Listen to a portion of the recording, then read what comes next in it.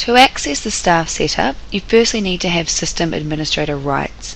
So the practice needs to be cautious and mindful of who they give this access to, as you can make quite important changes with this. To access the staff setup, go to Setup along the top menu, down to Staff, and across to Members.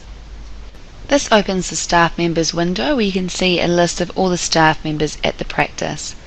To create a new staff member, click on the new page icon or Control N on the keyboard. If you're setting up an admin user, you wouldn't tick provider or service provider. You would simply do staff details and then give the access. So you're only entering details in the first and the second tab, so the staff details tab and the access tab. If the staff member is a doctor or nurse, then you would put those ticks in.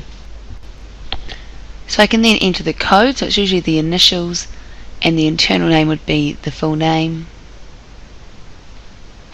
Turner. And then if this is a doctor, I can put in provider, and then also service provider. So if you have service and provider ticked, it means they can have appointment books, and they can do invoicing as well. If you untick service, they can only have the appointment book but no invoicing. So you have to have the service ticked to be able to do invoicing for this provider. So coming up to the Access tab, here on the right you have Remember Screen Positions, and that's quite a handy one to tick. And then you've also got Login Password. So this is where you can firstly enter a password for the new user, or you can just leave it blank so that they can then go in and enter their own password for themselves. Coming down there is Access Rights. Access rights really need to be given with discretion. For example, only a few people should be ticked as system administrator, so only 1 or 2 people at the practice, because this gives access to everything and it also gives the ability to change a lot of things. The other one to make a note of would be Modify Invoiced Services.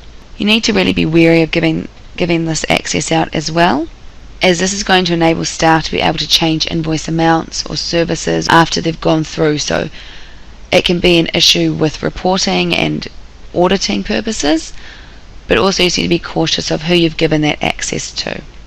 So these access rights are covered in more detail in the handout, but just the main ones we want to make a note of are the system administrator and the Modify Invoice Services. So just be cautious of who you're giving those out to. Otherwise it's just a tick in the box to give the user the access. On the right hand side we have Affiliation Daily Record Access. Now this gives you the ability to restrict the viewing of clinical notes for users under different affiliations.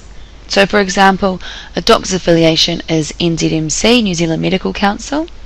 If you're setting up a physio and you don't want the physio to see notes entered by a doctor, then you would untick NZMC. So the physio wouldn't be able to see any notes entered by a doctor. Auto open when log on. This means that whatever you select here will automatically open when you log into MedTech.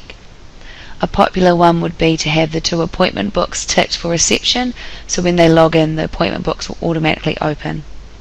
There is also when first patient selected, so this means when you put a patient on the pallet, these windows will automatically open. So for doctors and nurses, they might want to have the patient manager and the consultation notes, so when they put a patient on the pallet, these would open automatically.